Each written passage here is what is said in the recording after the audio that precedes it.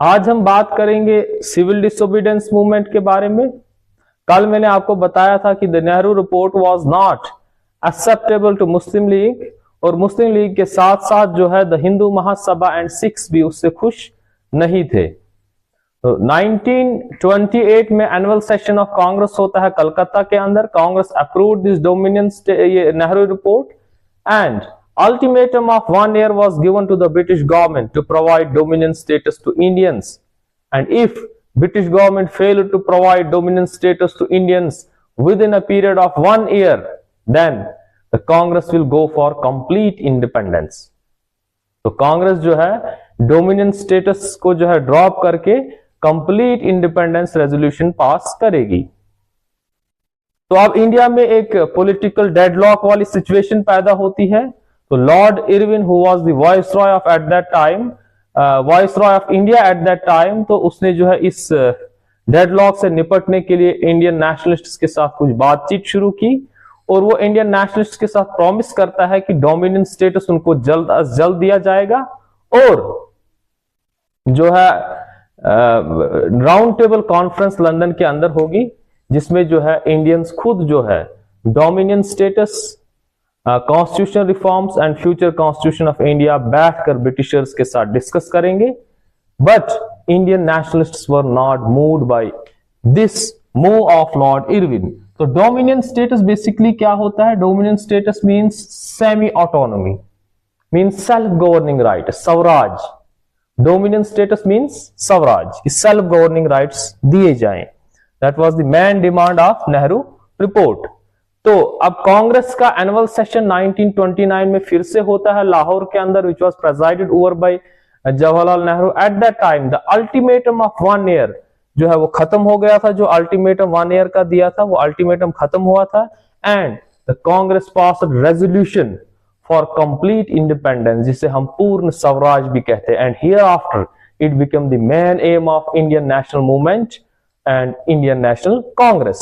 तो इसमें और भी कुछ चीजें जो है रेजोल्यूशंस पास हुए थे। राउंड टेबल कॉन्फ्रेंस को बाइकआउट करना है, that was the second important resolution. Third 26 जनवरी को जो है 1930 was fixed as first independence day, and it would be celebrated everywhere in India, and Congress working committee was authorized to launch civil disobedience. और यही Congress committee जो है फिर आगे जाकर महात्मा गांधी को ऑथराइज करती है to launch civil disobedience movement. कहीं भी किसी भी जगह जो है और कभी भी जो है वो अपनी मर्जी से सिविल डिसोबीडियंस मूवमेंट लॉन्च कर सकते हैं। तो अब क्या होता है? अब नेक्स्ट जो है गांधी जी जो है एक डिमांड रखते हैं, 11 पॉइंट डिमांड रखते हैं ब्रिटिश गवर्नमेंट के सामने कि इन डिमांड्स को जो है जल्द अज जल्द पूरा किया जाए, और थ्रेटन करता है ब्रिटिश गवर्नमेंट को कि अगर आपने मेरी इन 11 डिमांड्स को पूरा नहीं किया, I will launch the mass movement in India in the form of civil disobedience movement. इन 11 डिमांड्स में बहुत सारी चीजें थी, जैसे 50% reduction in land revenue, 50% reduction in military expenditure and expenditure on civil services, reduction of rupee sterling ratio, reforms in central intelligence department, ending government monopoly on salt। तो काफी सारी डिमांड्स थी, लेकिन जब ये डिमांड्स गवर्नमेंट ने पूरी नहीं की तो फाइनली ऑन 12 मार्च 1930 गांधी जी जो है लॉन्च करते हैं सिविल डिसोबीडियंस मूवमेंट को विद हिज फेमस डांडी मार्च, जिसे हम साल्ट मार्च भी कहते हैं। तो 12 मार्च के दिन क्या होता है? गांधी जी फ्रॉम हिज साबरमती आश्रम जो कि अहमदाबाद में है, with 78 followers he left for डांडी, जो कि एक कोस्टल विलेज था और जहां पर साल्ट जो है मैन्युफैक्चर किया जाता था, वहां की तरफ जो है महात्मा गांधी चले गए। और फाइनली 5 अप्रैल को यहां पहुंचते हैं, and on 6 April Gandhi ji broke the salt law by making salt from sea water, और उन्होंने जो है बाकी लोगों को भी ऐसा करने के लिए कहा। और थ्रू आउट द कंट्री जो है डिफरेंट रीजन्स में है साल्ट लॉ को जो है वो तोड़ा गया। तो साल्ट के ऊपर जो है ब्रिटिश की मोनोपोली हुआ करती थी। ब्रिटिशर्स जो है, जो नेचुरल साल्ट इंडिया में था, ब्रिटिशर्स की उस पर मोनोपोली थी, वही उसको जो है बनाते थे एंड देन टैक्सेस के साथ जो है मासस को वो जो है हाई रेट्स पे खरीदना पड़ता था। अब what were the programmes of this civil disobedience movement के क्या क्या प्रोग्राम्स थे? सबसे पहले violation of salt law, boycott of government schools, colleges, foreign goods, peaceful picketing of shops selling foreign goods, resignation from legislative council and government services. इन मई 1930 कुछ नए programmes add किए गए इन the form of non payment of land revenue in रोयतवारी areas and non payment of land rent in zamindari areas. तो अब extent जो है it was a mass movement, तो through India जो है ये village as well as rural and urban areas हर जगह जो है ये मूवमेंट फैल गई। वुमेन्स ने पार्टिसिपेट किया, पीजेंट्स ने पार्टिसिपेट किया, वर्कर्स ने पार्टिसिपेट किया, लेबर्स ने पार्टिसिपेट किया, tribal people and middle class participated.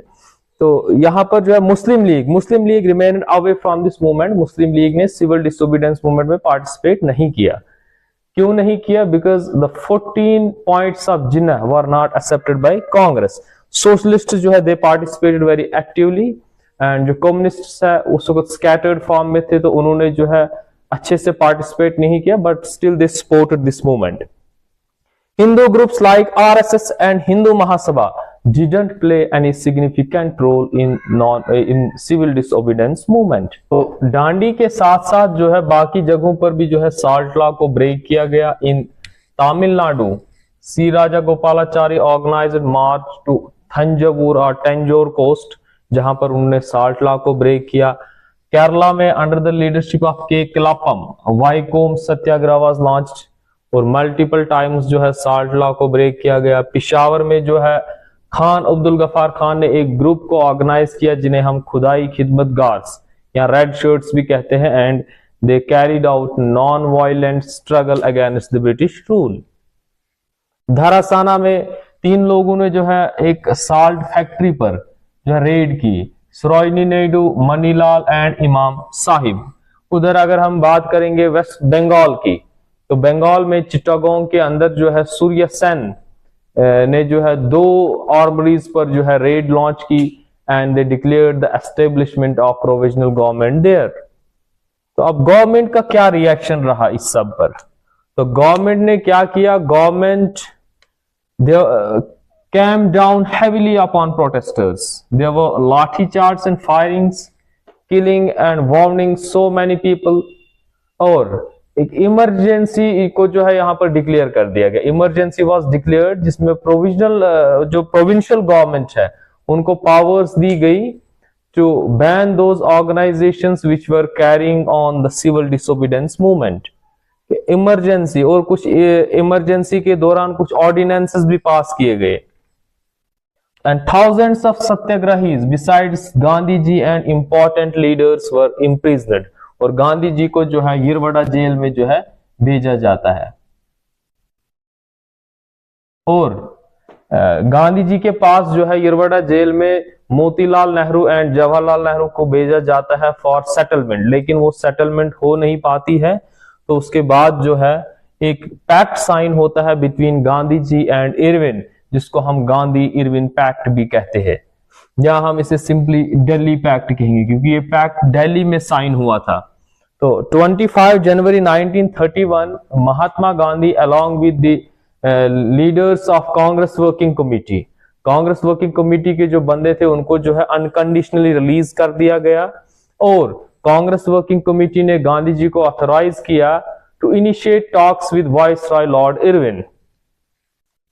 तो 5 मार्च 1931 को जो है एक पैक्ट साइन होता है between Gandhi ji as a representative of Congress and lord Irwin as a representative of British government. तो इनके बीच में एक पैक्ट साइन होता है जिसे हम कहते हैं गांधी इरविन पैक्ट और दिल्ली पैक्ट। अब इस पैक्ट के क्या क्या प्रोविजंस थे? कुछ चीजें ऐसी थी जो लॉर्ड इरविन ने जो है एग्री की, और कुछ चीजें ऐसी थी जो है एम के गांधी ने जो है मानी। तो Lord Irwin agreed immediate release of all political prisoners not convicted of violence, जो वायलेंस के बेस पे जो है अंदर गए हैं या जिनको जेल की गई है उनको रिलीज नहीं करना। Only those political prisoners which were not convicted of violence, remission of all fines which has not been collected yet, return of land to the peasants which has not yet been sold to the third parties, right to make salt in coastal areas में जो है right to make salt दिया गया, but only for personal consumption, not for sale, and withdrawal of those ordinances which were implemented during emergency.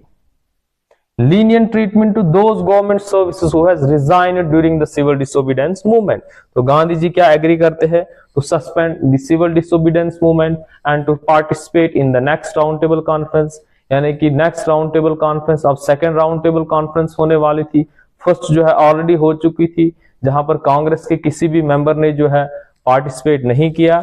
And अब गांधी जी जो है as a representative of Congress जो है वो पार्टिसिपेट करते हैं सेकेंड राउंड टेबल कॉन्फ्रेंस में। और गांधी जी ने जो है एक ही राउंड टेबल कॉन्फ्रेंस में जो है पार्टिसिपेट किया, that was second round table conference. एक ऐसा इंडियन भी था जिन्होंने who participated in all 3 round table conferences, B.R. Ambedkar. तो जिन्ना ने 2 राउंड टेबल कॉन्फ्रेंस में पार्टिसिपेट किया। तो इसी तरीके से जो है civil disobedience movement came to an end via Gandhi Irwin pact. तो गांधी इरविन पैक्ट से क्या होता है, गांधी जी इसको सस्पेंड कर देते हैं। जब वाइसरॉय लॉर्ड इरविन जो है गांधी जी की कुछ डिमांड्स को जो है मानते हैं, तो Gandhi ji suspended this movement. What were the significances of this movement? तो इस मूवमेंट के क्या क्या सिग्निफिकेंसेस थे? तो it widened the base of Indian national movement, कि हर मूवमेंट ने जो है इंडियन नेशनल फ्रीडम स्ट्रगल या इंडियन फ्रीडम स्ट्रगल की बेस को वाइडन भी करते हैं, स्ट्रेंथन भी करते हैं। और यहां पर क्या हुआ था, capitalists joined the freedom struggle for the first time, यानी कि ओपनली कैपिटलिस्ट ने फर्स्ट टाइम जो है फ्रीडम स्ट्रगल में पार्टिसिपेट किया। इससे पहले they showed sympathy with nationalists, but openly first time they participated in civil disobedience movement। और मैंने आपको बताया था कि नॉन कॉपरेशन मूवमेंट भी एक ऐसी क्लास थी, पीजेंट क्लास, जिन्होंने फर्स्ट टाइम जो है फ्रीडम स्ट्रगल में पार्टिसिपेट किया। And hereafter the policies and programmes of Congress changed. अब मेन एम ऑफ कांग्रेस, जो मेन मकसद कांग्रेस का बन गया, that was Purna Swaraj. And it served as a recruiting ground for new leadership. यहाँ पर जो है सुभाष चंद्र बोस की बात करेंगे हम, जवाहरलाल नेहरू की बात करेंगे, सरोजिनी नायडू की बात करेंगे। They played important role in this movement.